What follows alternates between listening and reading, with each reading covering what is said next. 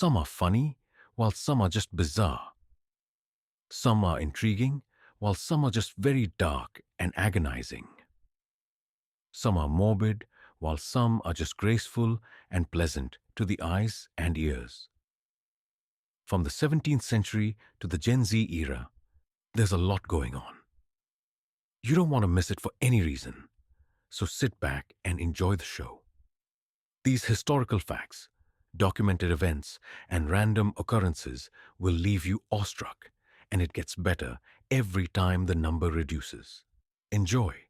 Welcome to the Mystery Law Archive. A big thank you to all our wonderful viewers and subscribers for tuning into our videos. We're committed to bringing you more engaging and informative content that will entertain, educate, and intrigue you. Your feedback is invaluable to us, and we'd love to hear your thoughts on how we can improve and better serve you.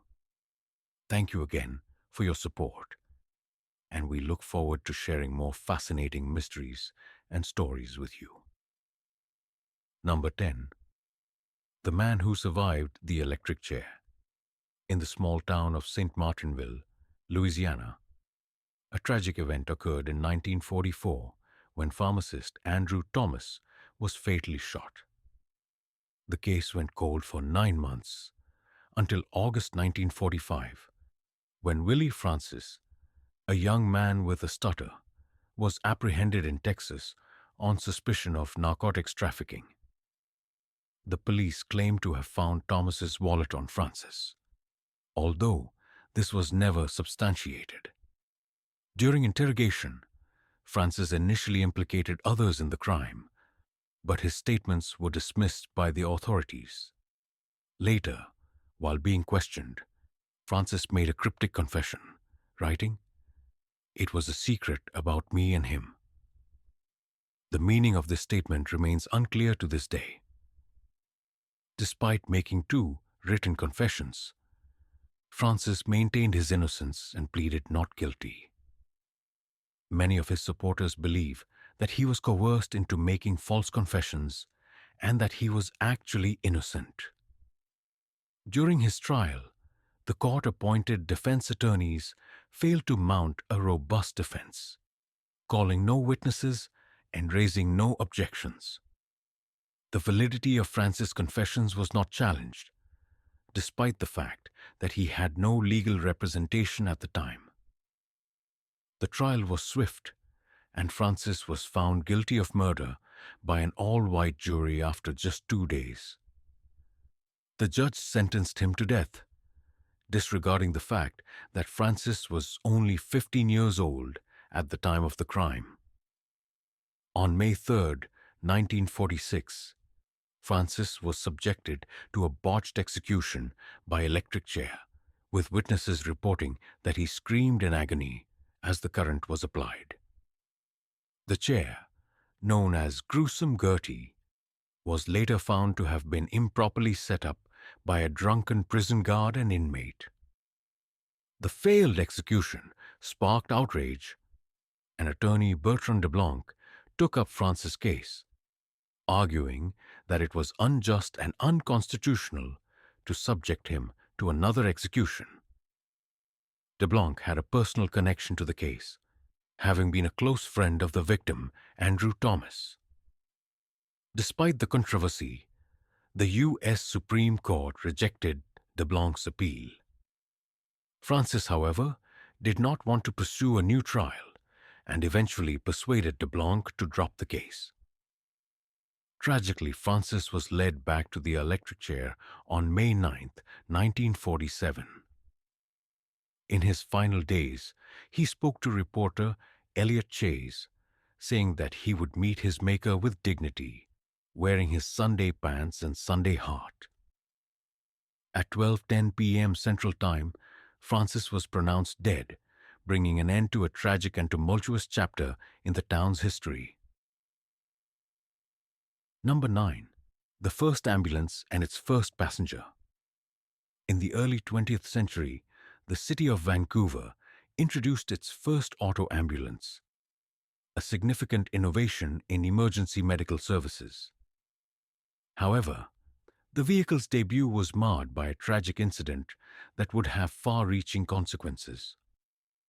On October 6, 1909, Charles Cocking, an experienced driver, took the new ambulance out for a test drive, but the outing ended in disaster when he struck and killed a pedestrian, C.F. Keys, at the intersection of Pender Street and Granville Street.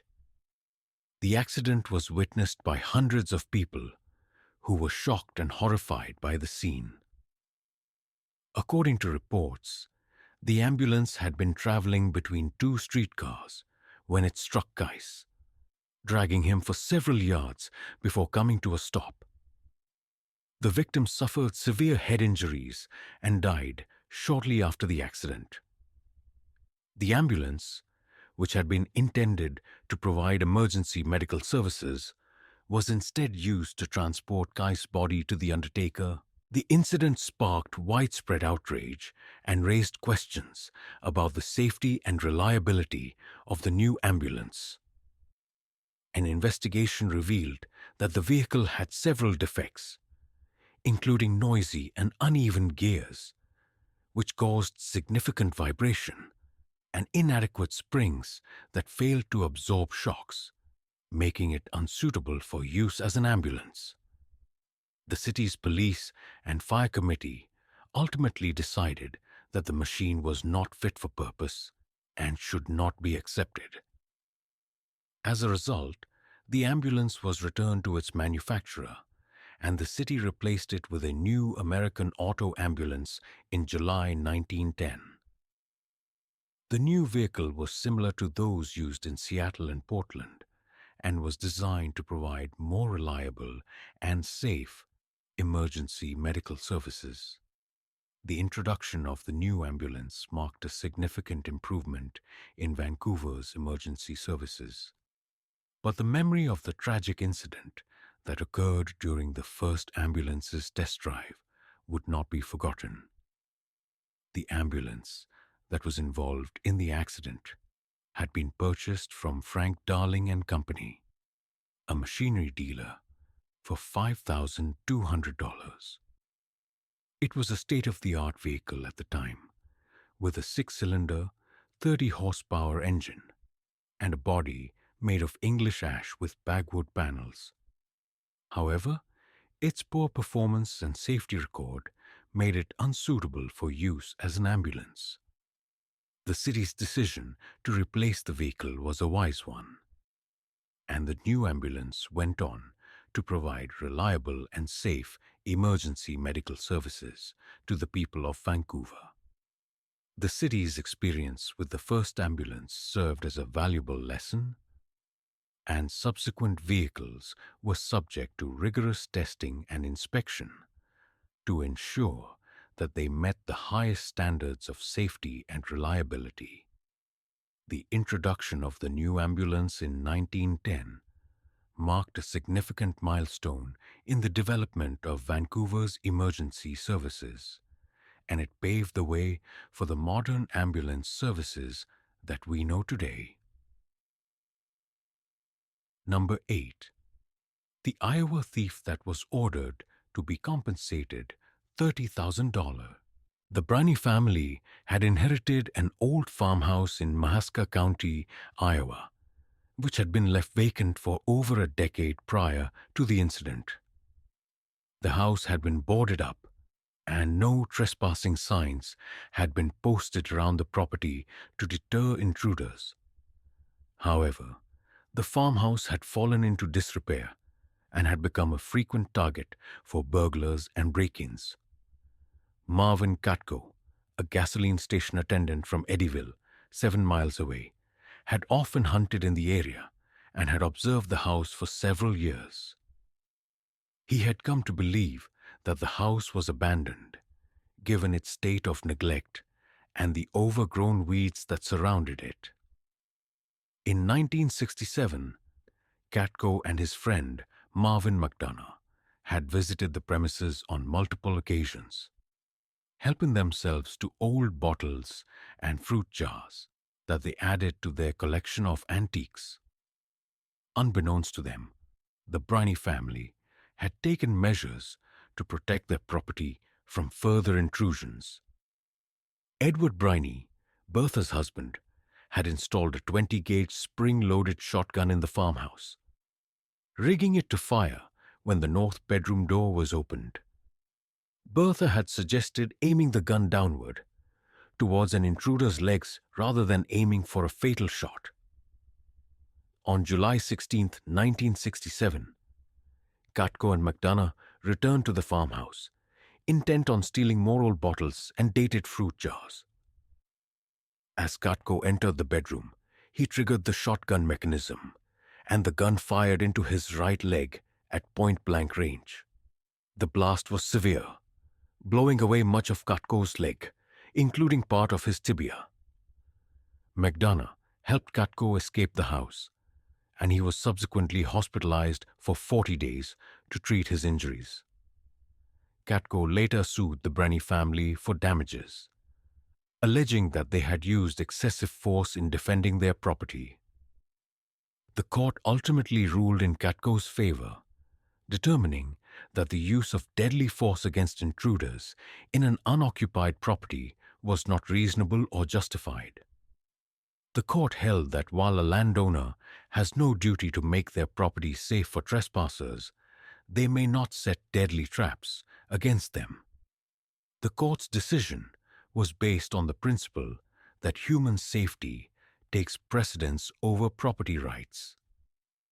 The court awarded Katko $20,000 in actual damages and $10,000 in punitive damages, totaling $30,000. The Briney family was forced to sell 80 of their 120 acres of farmland to settle the debt. They appealed the decision, but it was upheld. 4 years after the case was decided, Edward Briney was asked if he would have done anything differently. He replied, "There's one thing I'd do different, though. I'd have aimed that gun a few feet higher." In a twist of fate, Katko's own home was burgled in 1976, with thieves making off with several valuables. Tragically, Katko took his own life on November 15, 1994, using a gun in the front yard of his home. The Briney case continues to be studied in law schools today, serving as a precedent for the limits of self-defense and the protection of property rights.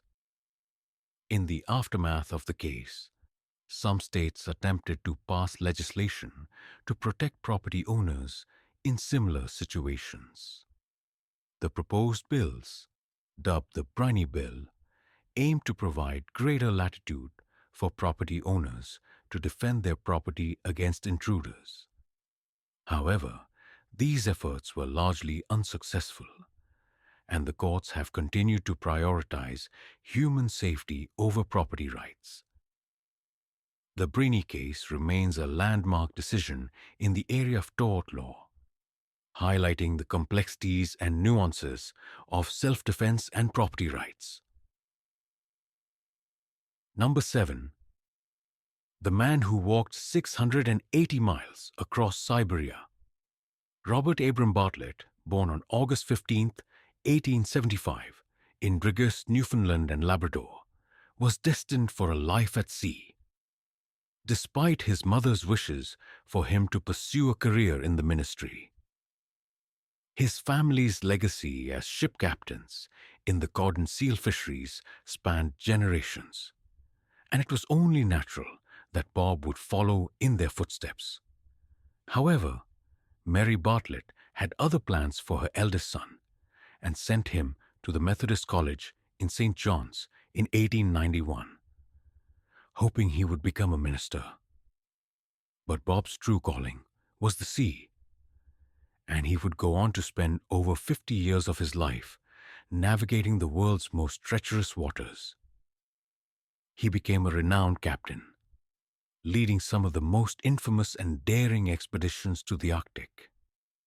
His journeys took him further north than almost any other person alive at the time, and he faced unimaginable hardships, including being shipwrecked at least 12 times.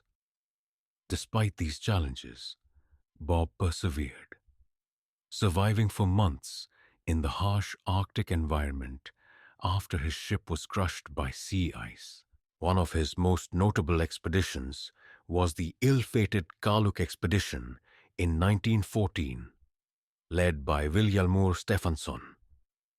When Stefansson abandoned the expedition, Bob took charge, using his exceptional leadership skills to save the lives of most of the stranded participants.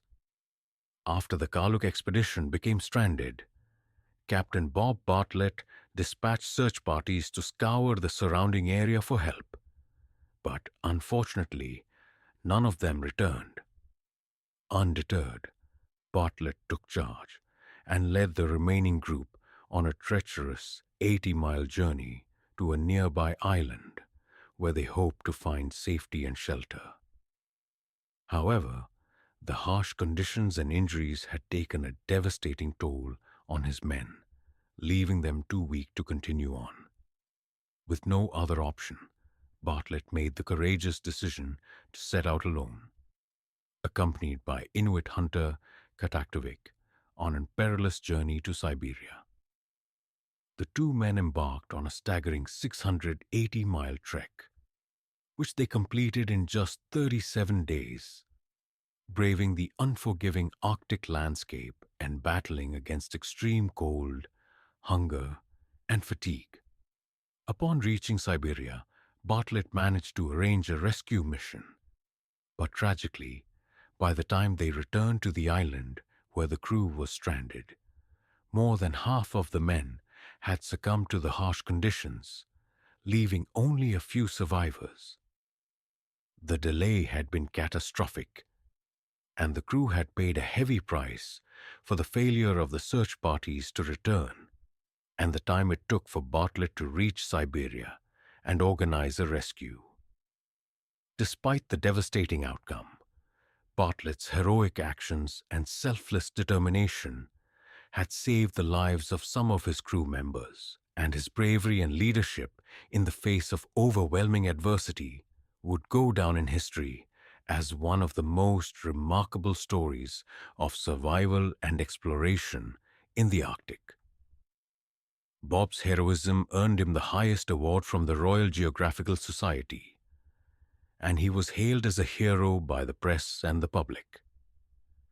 However, he was later censured by an Admiralty Commission for taking the Kaluk into the Arctic and for allowing a party of 4 to leave the main group, despite their signed letter absolving him of responsibility. Tragically, all 4 members of the party, including the medical officer, biologist, anthropologist, and seaman, subsequently lost their lives.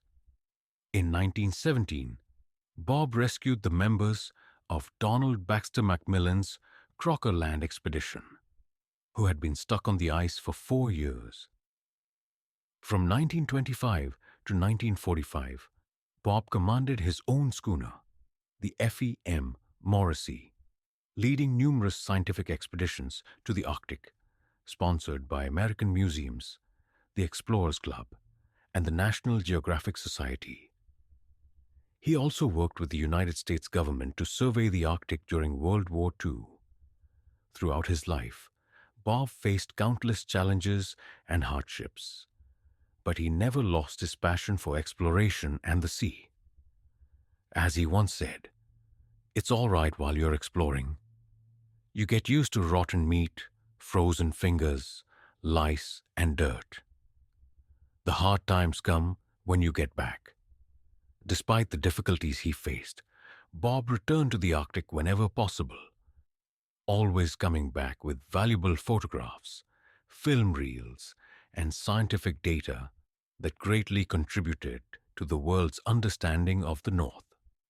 His legacy as a brave and accomplished explorer continues to inspire generations, and his name remains synonymous with courage and adventure.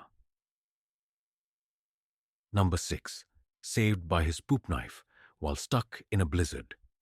Peter Freuchen, a Danish explorer, was born on February 20th, 1886. His thirst for adventure led him to drop out of university and join an expedition to northern Greenland. After returning to Denmark, he worked as a reporter, where he met Knud Rasmussen, and the two became close friends.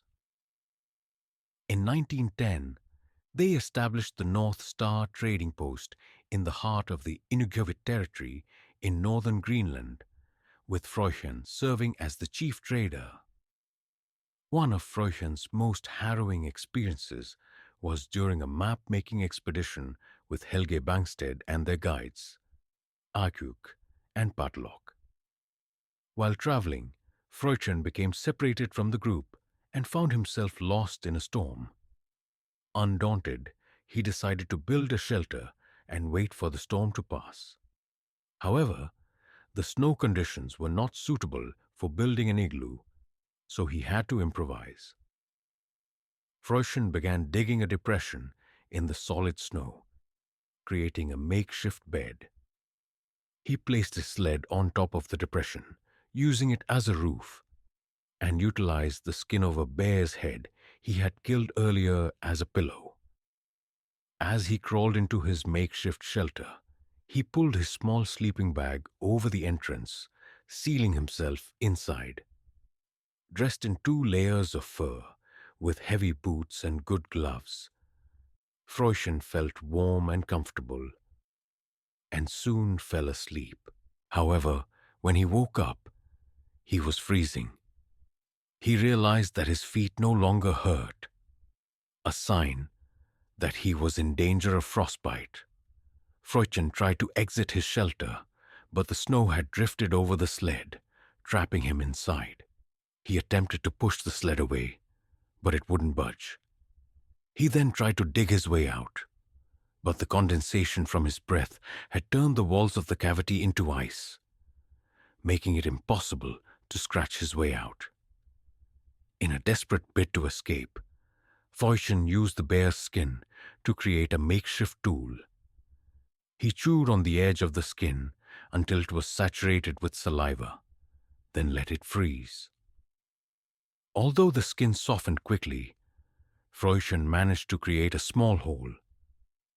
However, as he tried to squeeze through the hole, his beard became frozen to the sled's runners, trapping him once again. Freuchen had to use all his strength to pull his head back, tearing out his whiskers and some of his skin in the process. After withdrawing back into his shelter, he rested for a while before coming up with a new plan. He recalled that dog feces would freeze solid in the cold, and he wondered if human waste would have the same effect. Although the idea was repulsive, Freuchen decided to try it. He moved his bowels and fashioned a chisel-like instrument from the frozen excrement. Waiting patiently for the tool to freeze solid, Freuchen then used it to gently and slowly dig his way out of the hole. As he worked, he could feel the blood trickling down his face from the scars where his beard had been torn away. Finally, after what seemed like an eternity, Freuchen managed to free himself from his icy prison, his life saved by his own ingenuity and resourcefulness. Number 5. Alive at her own funeral but died 7 days later. Has anyone ever woken up at their own funeral? In a shocking turn of events, a 76-year-old woman named Bella Montoya was pronounced dead by a hospital doctor in the city of Babahoyo, Ecuador, after suffering a suspected stroke. Her family was devastated, and she was placed in a coffin and taken to a funeral parlor where they held a vigil in preparation for her burial. However, in a stunning twist, when the family opened the coffin to change her clothes almost 5 hours later, they were met with a miraculous sight. Bella Montoya was alive, as her son, Gilbert Balberan, described the moment. My mom started to move her left hand, to open her eyes, her mouth. She struggled to breathe. A video taken by a mourner shows Bella Montoya lying in the open coffin, gasping for air, while another person can be heard complaining that an ambulance they had called had not yet arrived. Just minutes later, firefighters arrived on the scene and carefully lifted Bella Montoya onto a stretcher, rushing her back to the hospital, where she had been declared dead just hours earlier. Miraculously, Bella Montoya was found to be responsive and was placed in intensive care, where she was given oxygen and her heart was stabilized. Her son reported that the doctor had pinched her hand, and she had reacted, which was a positive sign that she was recovering. The hospital had previously issued a death certificate, stating that Bella Montoya had suffered cardiopulmonary arrest after a stroke. But it seemed that they had made a grave mistake.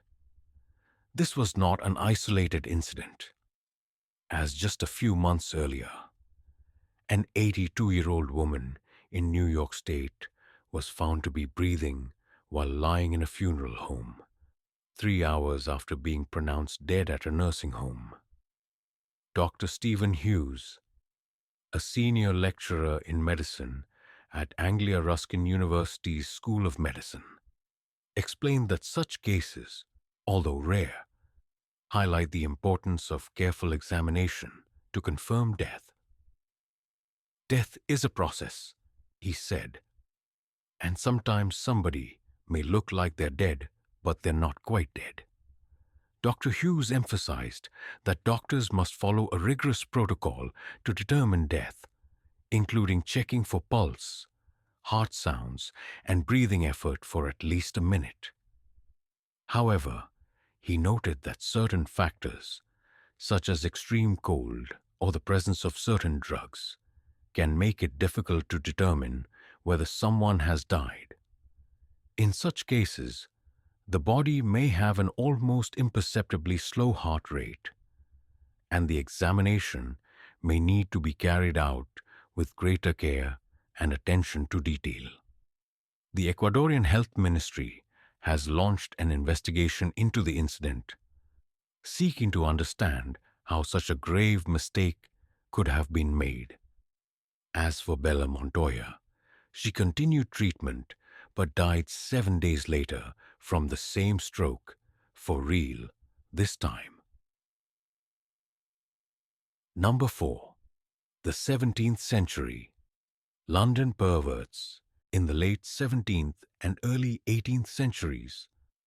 A series of disturbing attacks took place in London and the surrounding areas, with women being targeted and subjected to violent assaults. The earliest recorded incident occurred in 1681, when a perpetrator, known for his swift and elusive nature, would approach unsuspecting women in alleys and courtyards on the east side of the city. He would then bend them over his knee, lift their skirts, and spank them on the buttocks before making a quick escape. The speed and stealth of these attacks led many to believe that the perpetrator possessed supernatural powers, striking fear into the hearts of the local population. The authorities' inability to apprehend the offender sparked widespread criticism of the ineffectiveness of London's watchmen, prompting concerned citizens to form vigilante patrols in the affected areas. Eventually, a local haberdasher and his accomplice were caught and imprisoned for the attacks, bringing a measure of relief to the community. However, this was not an isolated incident, as a similar series of attacks occurred in late 1712 in the village of Hackney, just outside London. A perpetrator, also nicknamed Whipping Tom, would target lone women, beating them on the buttocks with a birch rod with such force that it would often draw blood. The attacks continued for some time, with approximately 70 incidents reported before the perpetrator, Thomas Wallace, was finally caught and confessed to the crimes. Wallace's punishment was severe, reflecting the gravity of his offenses. He was sentenced to 1 year's imprisonment, during which he would be birched twice a week by two maids. Additionally, he would be stood in the pillory 5 times throughout the year, and upon his release, he would be forced to run the gauntlet through a crowd of 200 women, a humiliating and painful ordeal. The nickname Whipping Tom became synonymous with these types of attacks, which were characterized by their brutal and violent nature. In all 3 episodes, women walking alone were targeted and subjected to vicious assaults, resulting in serious injuries and, in one tragic case, miscarriage and death. The Whipping Tom attacks serve as a disturbing reminder of the dangers and vulnerabilities that women have faced throughout history and the importance of ensuring their safety and protection in society. Number 3. Man who fought a grizzly bear. In a heart-stopping display of bravery, Kendall Cummings, a wrestler from Wyoming, saved his college teammate's life during a terrifying grizzly bear attack. The incident occurred on a fateful autumn day when Cummings and 3 of his teammates embarked on a hike near Cody, Wyoming. As they ventured into the wilderness, a sudden and ferocious attack by a grizzly bear left one of the teammates, Brady Lowry, fighting for his life. Without hesitation, Cummings sprang into action, grabbing the bear by its ear and pulling it off his teammate. As he did so, he recalled the bear's putrid breath filling his nostrils and the overwhelming sense of dread that gripped him. The bear, however, was far from subdued, and it quickly turned its attention to Cummings, charging at him with lightning speed and knocking him to the ground. As Cummings found himself in the bear's deadly grip, his thoughts were not consumed by his own injuries, but rather by the fear that the bear could attack Lowry again.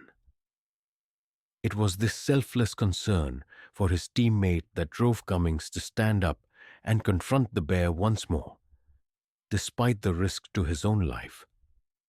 The bear, sensing Cummings' determination, attacked him again, but fortunately, its grip eventually relaxed, allowing Cummings to escape.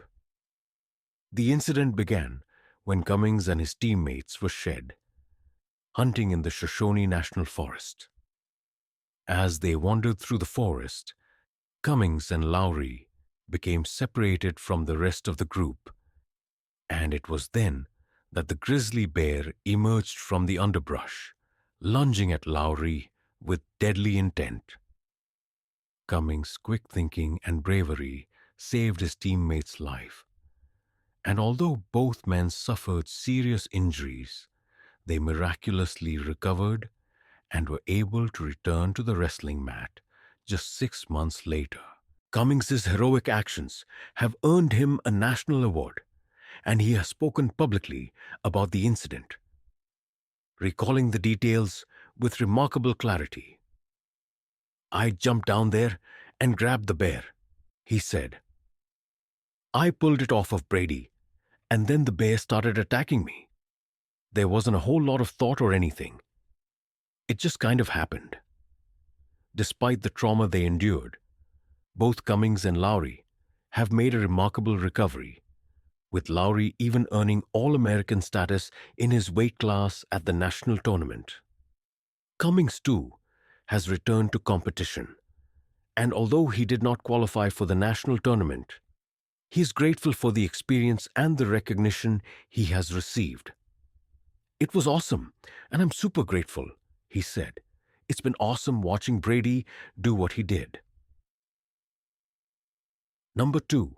Kidnapped jazz musician performed for 3 days, non-stop on the evening of May 21st, 1926. The renowned jazz musician Fats Waller had just finished a performance at Chicago's Sherman Hotel. As he was wrapping up his set, a group of 4 white men armed and menacing, approached him and forced him into a waiting sedan at gunpoint. Waller, a 21-year-old pianist and composer from Harlem, was taken on a wild ride across the city to the western suburb of Cicero, where he was brought to the infamous Hawthorne Hotel, a notorious gangland hangout owned by the ruthless Al Capone. The kidnappers, who worked for Capone, had abducted Waller as a surprise gift for their boss, who was a huge fan of the young musician's work.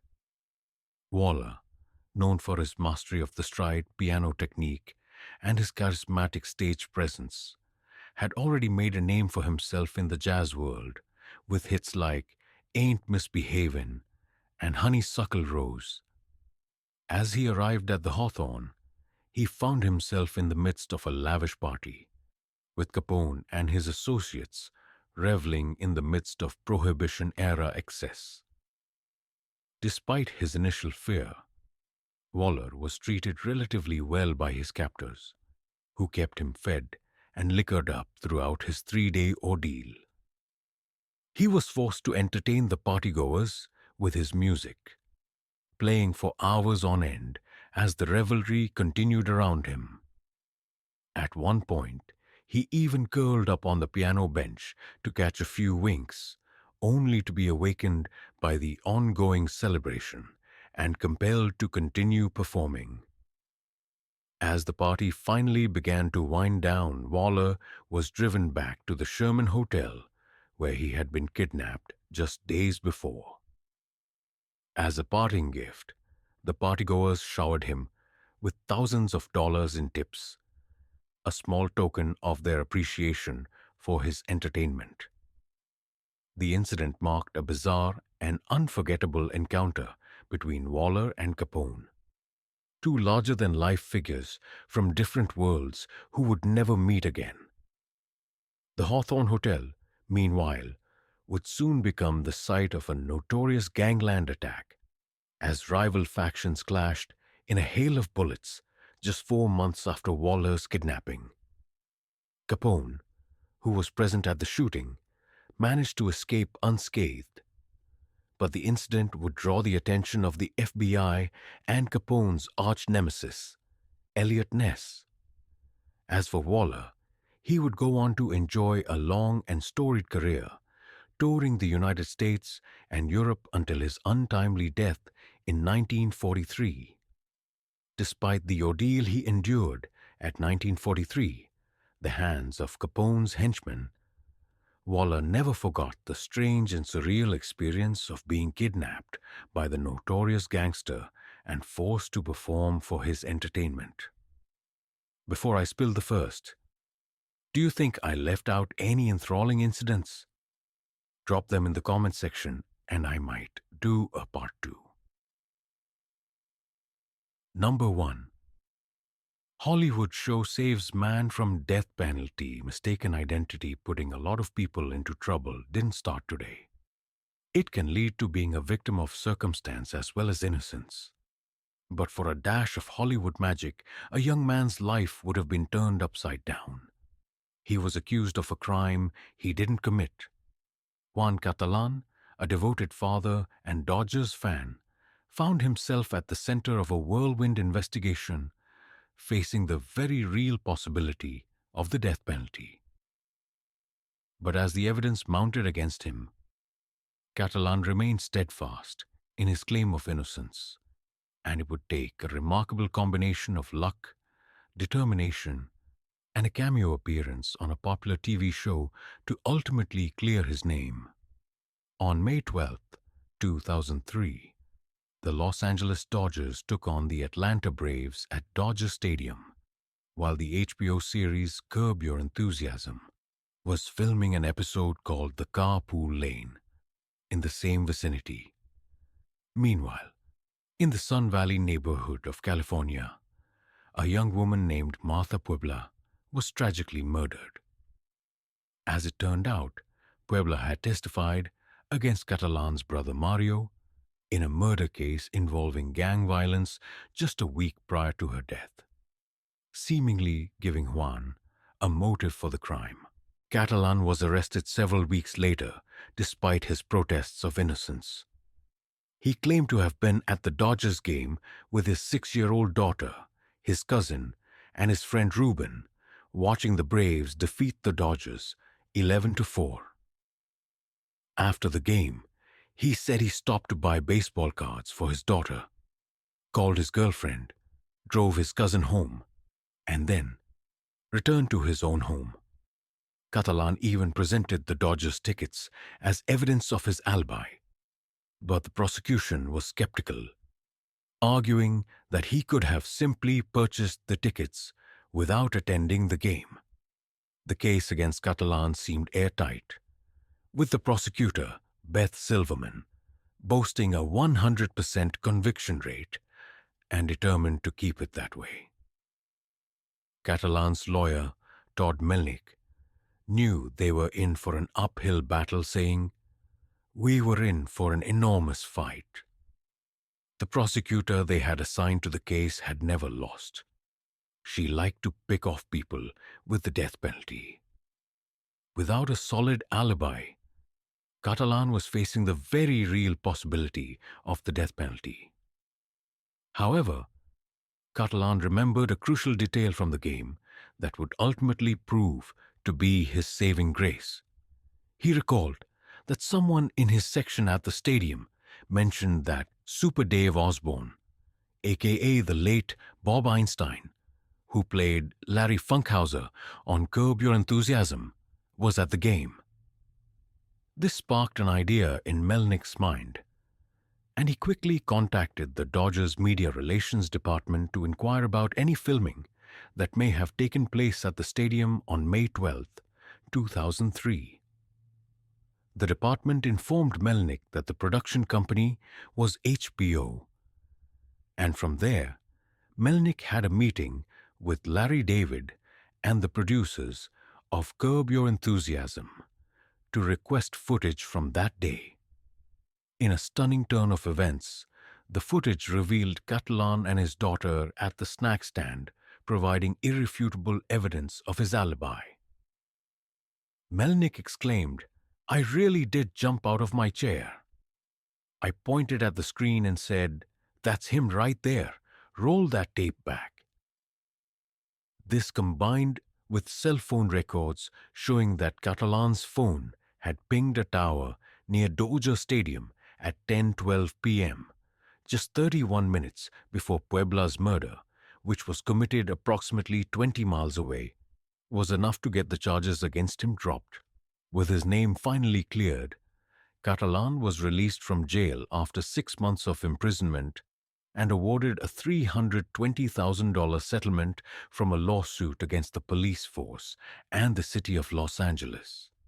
It was a remarkable conclusion to a case that had seemed all but lost, and a testament to the power of perseverance and a little bit of Hollywood magic. Thank you for watching. Don't forget to like and subscribe to this wonderful channel if you were indeed entertained and informed by this video. Stay informed with breaking news, captivating stories, and insightful updates by subscribing to our channel. Again, be sure to click the notification bell so you never miss a new video.